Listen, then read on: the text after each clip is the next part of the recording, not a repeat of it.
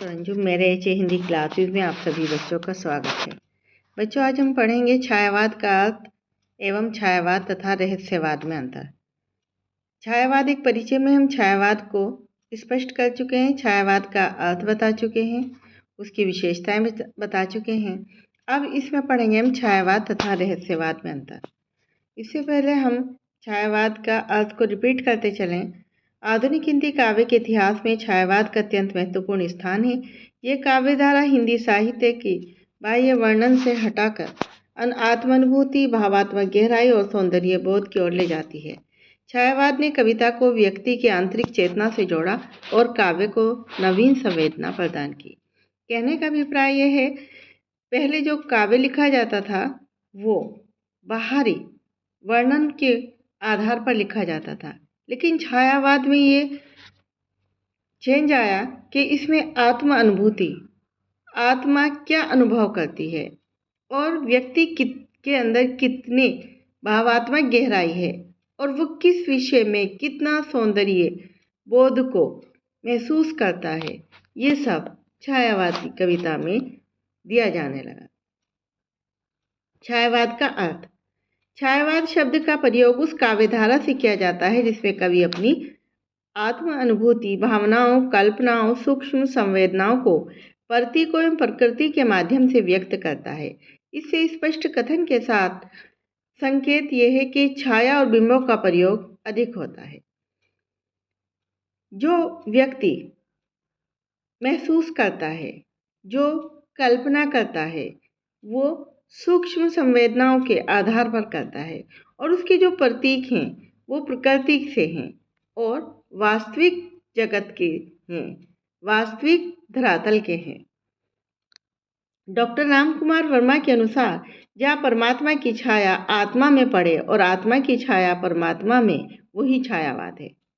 परमात्मा से जो जोड़ दे वो छाया, वो रिफ्लेक्शन, वो प्रतिबिंब जो आत्मा में आ जाए, परमात्मा का जो प्रतिबिंब आत्मा में आ जाए, वो ही छायावाद है। आचार्य रामचंद्र शुक्ल के मत में छायावाद प्रकृति में मानव जीवन का प्रतिबिंब देखता है। छायावाद के कवियों ने प्रकृति को एक आधार बनाकर और उसी के उपमानों का प्रयोग करके अपनी कविता की रचना की। तो आचार्य रामचंद्र शुक्ल का मत भी बहुत स्ट्रॉन्ग है कि छायावाद प्रकृति में मानव जीवन का प्रतिबिंब दिखाई देता है। छायावाद की उत्पत्ति एवं विकास। छायावाद की उत्पत्ति को लेकर विद्वानों में अनेक मतभेद रहे हैं। सामान्य रूप से इसका आरंभ 1913 से 14 ईस्वी के आसपास माना जाता है। डॉक्टर विश्वनाथ प्रसाद मिश्र और डॉक्टर नगेंद्र के अनुसार छायावाद का प्रारंभ जयशंकर प्रसाद से होता है। आचार्य रामचंद्र शुक्ल इस मत से पूर्णतः सहमत नहीं है, परंतु वे प्रसाद जी को इस धारा का प्रमुख कवि स्वीकार करते हैं, लेकिन वो ये स्वीकार नहीं करते कि छायावाद का प्रारंभ जयशंकर प्रसाद से हुआ। इंदु पत्रिका तथा कामायनी जैसे काव्य ग्रंथों ने छायावाद के विकास में महत्वपूर्ण भूमिका निभाई। अब हम पढ़ेंगे छायावाद की प्रमुख विशेषताएं। आत्म अनुभूति और व्यक्तिवाद। छायावाद में कवि की व्यक्तिगत अनुभूतियां प्रमुख होती थीं। कविता आत्मा की गहराइयों से निकलकर अभिव्यक्त होती थी। मतलब जो वो महसूस करता था, जो वो अनुभव करता था, वो अपनी कविता के माध्यम से अपने अनुभवों को बताता था। प्रकृति चित्रण। प्रकृति, जैसे मैं आपको पहले भी बता चुकी हूँ, छायावादी कविता का प्रमुख आधार प्रकृति थी। मतलब जो उनको उपमान भी देने होते थे, जो व्यक्ति के विषय में जो भी उसके दुख सुख सब प्रकृति के माध्यम से प्रकृति को आधार बनाकर दिए जाते थे, किंतु वे केवल बाहरी सौंदर्य नहीं बल्कि मानवीय भावनाओं का प्रतीक बनकर आती थी। जैसे आपने पवन दूतिका पढ़ा होगा। पवन दूतिका में पवन को दूत बनाकर, संदेशवाहक बनाकर अपनी राधा के जितने भी दुख थे कृष्ण के विरह में, जो वो व्याकुल थी, वो सब आधार किसे बनाया, मैसेंजर किसे बनाया, संदेशवाहक किसे बनाया, वायु को। और जितने भी रास्ते के जितने भी प्रकृति चित्रण थे, सबको उपमानों के माध्यम से प्रस्तुत कर दिया। रहस्यात्मकता। छायावादी काव्य में रहस्य, संकेत और आध्यात्मिक अनुभूति का समावेश मिलता है। इसमें व्यक्ति और ब्रह्मा का, व्यक्ति और ईश्वर का एक बहुत ही अलग स्पष्ट अनुभव देखने को मिलता है।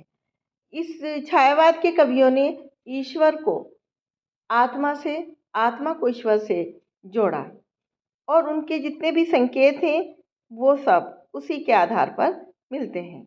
कल्पना और बिंब योजना। कल्पना और बिंब योजना। कल्पना छायावाद की आत्मा है। देखिए, कोई भी कवि जब तक सफल कवि नहीं बनता जब तक उसकी कल्पना का कोई आधार नहीं होता। तो वास्तविकता भी बहुत बड़ा आधार होती है, लेकिन कल्पना का भी बहुत बड़ा। जितनी काल्पनिक शक्ति जितनी शक्तिशाली होती है उतना ही सफल कवि होता है। तो बिंब, प्रतीक और ध्वनि सौंदर्य के माध्यम से भाव व्यक्त किए जाते हैं। संगीतात्मकता। छायावादी कविता में लय, नाद के ते आवाज, संगीतात्मकता, संगीत का विशेष महत्व है। नारी के प्रति उदात्त दृष्टिकोण। छायावाद में नारी को श्रद्धा का, सौंदर्य का और करुणा का मूर्ति का रूप दिया गया है। छायावाद और रहस्यवाद में अंतर। आचार्य रामचंद्र शुक्ल ने छायावाद को रहस्यवाद से अलग माना है। उनके अनुसार छायावाद प्रकृति में मानव जीवन का प्रतिबिंब देखता है, रहस्यवाद समस्त सृष्टि में ईश्वर का। डॉक्टर रामकुमार वर्मा छायावाद को रहस्यवाद से जुड़ा हुआ मानते हैं, जबकि आचार्य नंद दुलारे वाजपेयी दोनों में स्पष्ट अंतर स्वीकार करते हैं। निष्कर्ष रूप में हम यही कह सकते हैं, छायावाद हिंदी काव्य को नई दिशा देने वाली सशक्त काव्यधारा है। इसने कविता को भावात्मक गहराई प्रदान की, सौंदर्य बोध दिया, आत्मिक अनुभूति को समृद्ध किया।